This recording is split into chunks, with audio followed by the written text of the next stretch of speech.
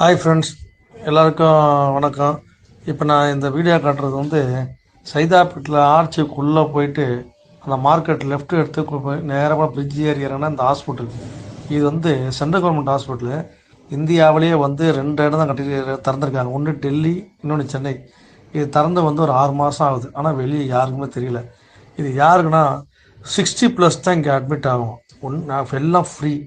சூப்பராக இருக்குது. 5 star hotel மாதிரி இருக்கும். காலையில் நான் போயிருந்தேன். நான் உள்ளே போய் எல்லாம் எங்கள் அப்பா எங்கள் அப்பா உடம்பு முடியலான்னு இருந்தேன்.